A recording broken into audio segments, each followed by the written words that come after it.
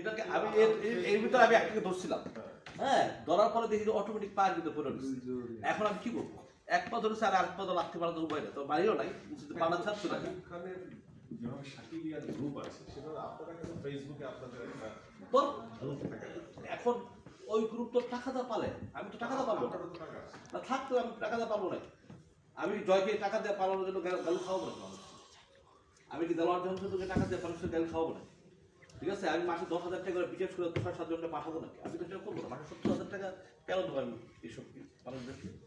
এইভাবে করে ফেসবুকে এই সাকিবিয়ান তৈরি হয়। জি, আপনি শিওর 100-তে 500। সাকিব খানকে লোকে ভালোবাসে না, আপনি বললেই হবে।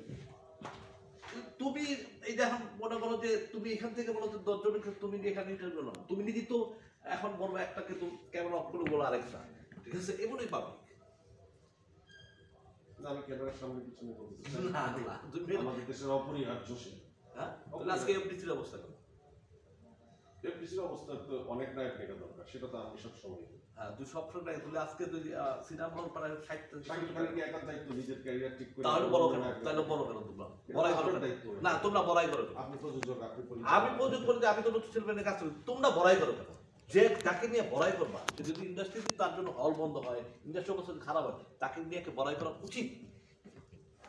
আমি তোমার কাছে প্রশ্ন রাখবো, একদম লিগেল একটা কথা বলছি, উচিত? ওকে, আল্লাহ ভরসা আপনার কথা। উত্তরটা দিলা না, ঠিক আছে? বসে বসে বসে বসে বসে